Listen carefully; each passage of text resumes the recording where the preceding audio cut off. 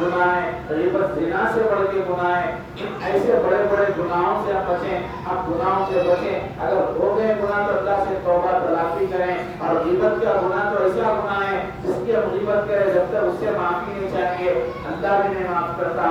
ہمارے شادیوں کو ہم صحیح کرنے کی کوشش کریں، ہم اسراف خرچ نہ کریں. ہمارے شادیوں کے اندر جو رسم و رواج ہے اس کو ختم کرنے کی کوشش کریں، لین دین کو ختم کرنے کی کوشش کریں، جوڑے گھوڑے کو ختم کرنے کی کوشش کریں، جہیز کی لعنت کو ختم کرنے کی کوشش کریں. یہ تمام برائیوں کو اپنے معاشرے سے نکالیں. اگر ہم کسی کے پاس رشتہ لے کے جائیں تو سنت کے مطابق نکاح کرنے کی فکر کریں. ہمارے معاشرے کے اندر اکثر کیا ہو رہا، ہم اصل میں مسجد میں نکاح کر رہے ہیں، ہم اصل کے اندر مسجد میں نکاح کر کر عشاء کے بعد بینڈ باجے سے ہم بارات لے کے جا رہے ہیں. تو یہ کوئی سنت کا نکاح نہیں ہوا بلکہ ہم سنت کا مذاق اڑا رہے ہیں. ہم کو دیکھیں دنیا ہم پہ ہنس رہی ہے، دنیا ہم پہ تانے مار رہی ہے، ہم کو احساس بھی نہیں ہو رہا کہ ہم کدھر ہیں اور دنیا ہم کو کیا سمجھ رہی ہے.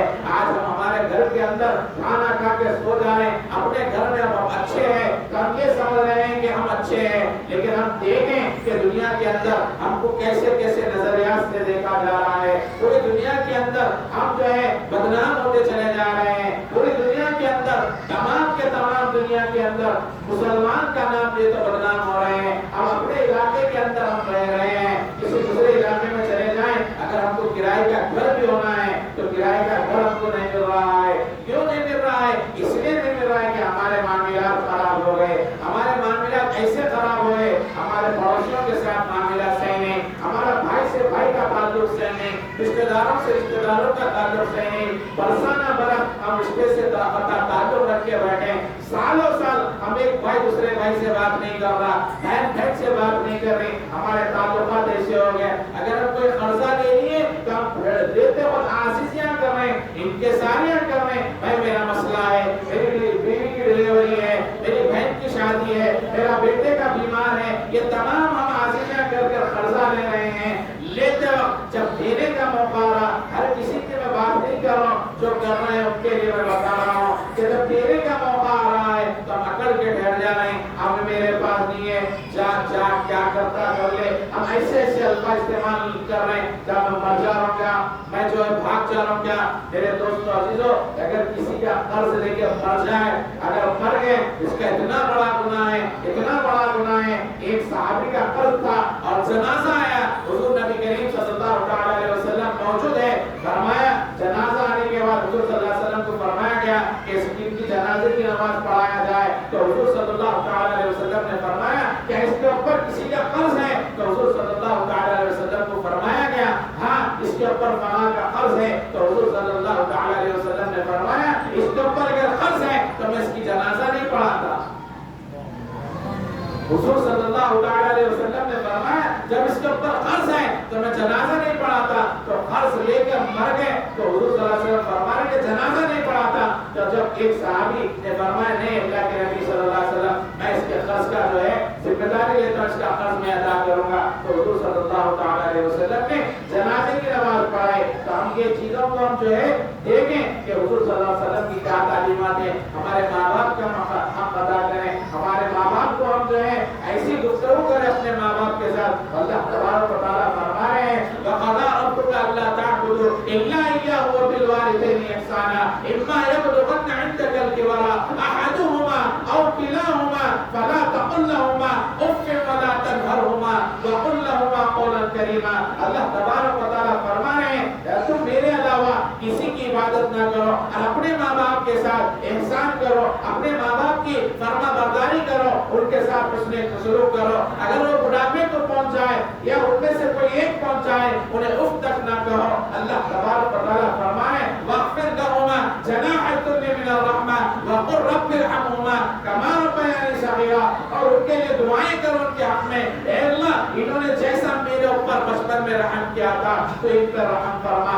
ہم جب تصور کریں میرے دوستوں بزرگوں، ہم کو پیشاب اور غلاظت کی ہوش نہیں تھی تو ہمارے ماں باپ ہمارا پیشاب اور غلاظت صاف کرتے تھے. جب ہم کو اولاد ہوتی نا، جب اولاد ہوتی تو پیٹ میں درد ہوتا تو معلوم ہوتا کہ میرے بیٹے کو کتنی تکلیف ہو رہی، میرا بیٹا نیند نہیں لگ رہی، میرا بیٹا سو رہا نہیں. بے چین ہو جاتے ماں باپ. تو ہمارے لیے بھی ہمارے ماں باپ بے چین ہوئے تھے. ہم اس وقت کو یاد کریں کہ آج ماں باپ کے سامنے ہم اکڑ کے ٹھہرے ہیں، ماں باپ کی بات ہم نہیں سن رہے، ماں باپ کو بول رہے ہیں کہ ان کو کیا معلوم ہے، ہم کو جو معلوم ہے، ہم ان کو پیدا ہو کر ان کو بول ہم کو نہیں معلوم۔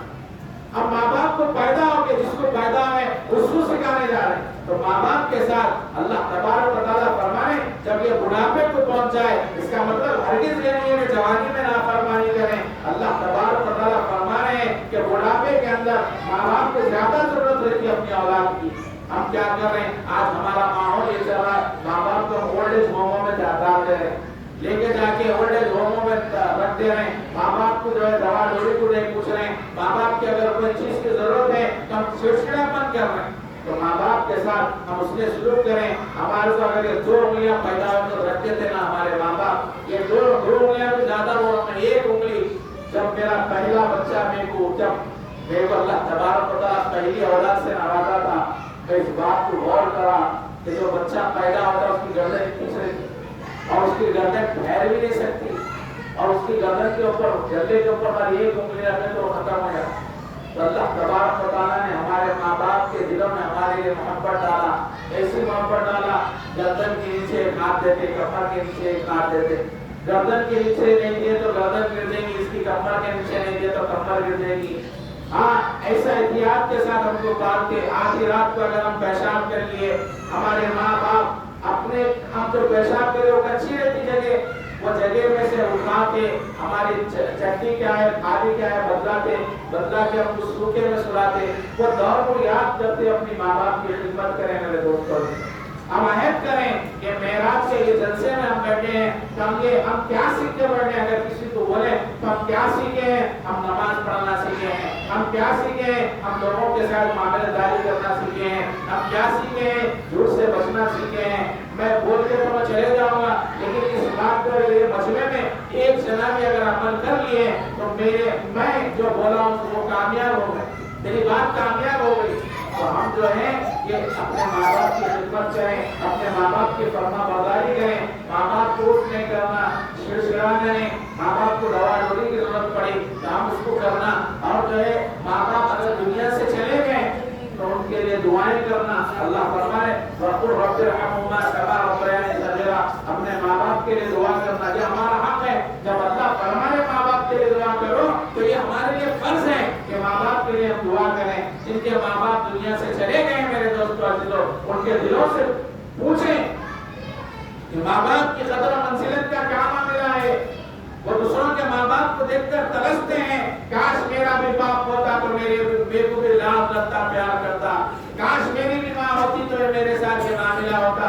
جن کے ماں باپ گزر گئے، ماں باپ کی دولت ایسی دولت ہے، حضور نبی کریم صلی اللہ علیہ وسلم فرماتے ہیں ہم عمرے کے لیے جاتے ہیں، حج کے لیے جاتے ہیں، 2-4 لاکھ خرچہ کرتے ہیں، عمرے کے لیے جاتے ہیں 1 لاکھ خرچہ کرتے ہیں، لیکن حضور نبی کریم صلی اللہ علیہ وسلم فرما رہے ہیں اگر کوئی ماں باپ کو محبت سے 1 مرتبہ دیکھتا ہے کہ اللہ تبارک و تعالیٰ مقبول عمرے اور حج کا ثواب دیتا ہے۔ ماں باپ کا مقام و مرتبہ کا ہم اندازہ نہیں لگا سکتے میرے دوست، ماں باپ کا مقام سے ہم اندازہ نہیں لگا سکتے۔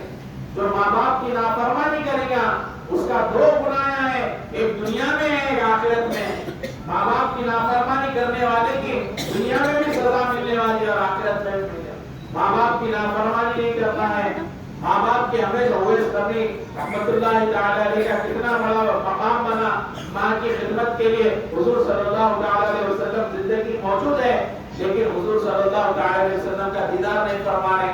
وجود پہ بات ہو رہی کہ فرمائے میری والدہ بیمار ہے، میں آپ کی زیارت بھی کرنا چاہتا ہوں، تو حضور صلی اللہ علیہ وسلم فرماتے ہیں میری زیارت سے زیادہ ضروری تمہاری ماں کی خدمت ہے، تم اپنی ماں کی خدمت کرو۔ تو جب حضور صلی اللہ علیہ وسلم حضرت عمر اور حضرت علی رضی اللہ تعالیٰ سے فرمائے اے عمر اے علی تم جو ہے جب مدینے کے اندر اویس آئے تو دعا کرانا اپنے لیے، تو حضور حضرت عمر اور حضرت علی رضی اللہ تعالیٰ پریشان ہوئے، بولے اویس کرنے سے دعا کے لیے کہا جا رہا، ہم صحابی و تابعی کیا معاملہ ہے؟ تو فرمایا وہ اویس جب دعا کے لیے ہاتھ اٹھاتا ہے تو اللہ تبارک و تعالیٰ اس کے ہاتھوں کو کبھی خالی نہیں کرتا، نمازوں کی وجہ نہیں، عبادتوں کی وجہ نہیں، حج کی وجہ نہیں، زکات خیرات کی وجہ نہیں، ماں باپ ماں کی خدمت کی وجہ۔ فرماتے ہیں کتابوں کے اندر آیا علماء کرام فرماتے ہیں کہ جب سب جنے جنت میں جائیں گے، اویس کرنی بھی جنت میں جائیں گے، تو اللہ تبارک و تعالیٰ اویس کرنی کو روکیں گے اور کہیں گے اے اویس تو نے ماں کی ایسی خدمت کی ہے جس کی طرف تو اشارہ کرے گا اس کو جنت میں داخلہ کر دو، تو جہنمیوں کی طرف اشارہ کرے گا اس کو جنت میں، کس کی مدد؟ ماں کی خدمت۔ تو ماں باپ کی خدمت کا اگر ہم کو موقع مل رہا ہے، اگر ماں باپ ہمارے ضعیفی میں ہیں، اگر خدمت کا موقع مل رہا ہے، بھائی سے اجر سمجھتے ہوئے ماں باپ کی خدمت کریں۔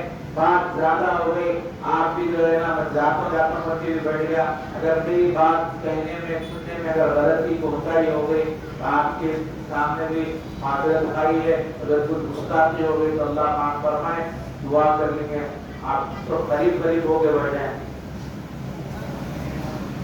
ربنا آتنا في الدنيا حسنة وفي الآخرة حسنة وقنا عذاب النار ربنا ظلمنا أنفسنا وإن لم تغفر لنا وترحمنا لنكونن من الخاسرين لا إله إلا أنت سبحانك إني كنت من الظالمين رب ارحمهما كما ربياني صغيرا اللهم اغفر لوالدي ولجميع المؤمنين والمؤمنات والمسلمين والمسلمات الأحياء منهم والأموات إنك سميع قريب مجيب الدعوات اللهم اغفر لحينا اللهم اغفر لميتنا اللهم اغفر لشاهدنا اللهم اغفر لغائبنا اللهم اغفر لصغيرنا اللهم اغفر لكبيرنا اللهم من أحييته منا فأحيه على الإسلام ومن توفيته منا فتوفه على الإيمان إلا رحمك كرمك عافيت کا معاملہ کرنا، اے اللہ ہم سب کے تمام چھوٹے بڑے گناہوں کو معاف کرنا، اے اللہ ہم سب کے خطاؤں کو درگزر فرما، اے اللہ ہماری مغفرت فرما، اے اللہ ہمارے رشتہ داروں کی مغفرت فرما، اے اللہ ہمارے خاندانوں کی مغفرت فرما، اے اللہ ہمارے والدین کی مغفرت فرما، اے اللہ اب تک جتنے مسلمان اس دنیا سے جا چکے ہیں سب کی مغفرت فرما، سب کے درجات کو بلند فرما، سب کو جنت میں اعلیٰ مقام نصیب فرما، اے اللہ جو بے روزگار ہے ان کو حلال روزی نصیب فرما، اے اللہ جو روزگار سے لگے ہوئے ہیں مولا ان کی روزی میں برکتیں نصیب فرما، اے اللہ ہمارے مقصدوں میں کامیابی نصیب فرما، ہمارے نیک جائز مقاصد میں کامیابی نصیب فرما، اے اللہ جن گھروں میں بغیر شادی شدہ بچیاں بچے بیٹھے ہو مولا ان کو اچھے اور نیک گھروں میں رشتے نصیب فرما، اے اللہ جو اولاد کے لیے ترس رہے ہیں مولا جو بے اولاد ہیں ان کو نیک اور صالح اولاد نصیب فرما، اے اللہ جن کی اولادیں نافرمان ہو گئی اپنے ماں باپ کی، اے اللہ ان کی اولادوں کو اپنے ماں باپ کا فرما بردار بنا، اے اللہ ہماری اولادوں کو ہمارا فرما بردار بنا، اے اللہ ہماری اولادوں کو ہمارا فرما بردار بنا، اے اللہ ہماری اولادوں کو ہمارا فرما بردار بنا، اے اللہ جو پریشان حال ہے ان کی پریشانیوں کو دور فرما، اے اللہ جو قرضوں میں ڈوبے ہیں مولا ان کی غیب سے مدد فرما، اے اللہ جو بیڈوں پہ بستروں پہ بیمار ہیں مولا ان کو صحت کاملہ عاجلہ نصیب فرما، اے اللہ جو بیمار ہیں مولا ان کو صحت کاملہ عاجلہ نصیب فرما، مولا تمام دنیا کے مساجد کو آباد فرما، تمام مسجدوں کی حفاظت فرما، تمام مدارس کی حفاظت فرما، تمام خانقاہوں کی حفاظت فرما، تمام علماء کی حفاظت فرما، تمام حفاظ کی حفاظت فرما، جتنی بھی دینی خدمات انجام دے رہے ہیں تمام کی تمام حفاظت فرما، تمام کی تمام لوگوں کی حفاظت فرما، مولا تمام کی تمام لوگوں کی حفاظت فرما، مولا ہمارے کاروبار میں ترقی عطا فرما، برکتیں نصیب فرما، ہم کو جھوٹ سے بچا، غیبت سے بچا، چغل سے بچا، مولا آج سے ہم کو 5 وقت نماز پابندی کے ساتھ پڑھنے کی توفیق عطا فرما، مولا ہم سب کو 5 وقتہ نمازی بنا، ہر نمازی کو دین کا داعی بنا، ہر نمازی کو دین کا داعی بنا، مولا ہماری دعاؤں کو محل اپنے مستدرک سے حضور نبی کریم صلی اللہ علیہ وسلم کے صدقے سے وسیلے سے تصدق سے قبول فرما، مولا جو دعاؤں کے بارے میں کہے ہیں لکھے ہیں یقین پر رہا کر سب کے نیک جائز مقاصد میں بھرپور کامیابی نصیب فرما، وصلی اللہ تعالی علی خیر خلقہ نور عرش محمد وعلہ واصحابہ اجمعین، ربنا تقبل منا الفاتحہ۔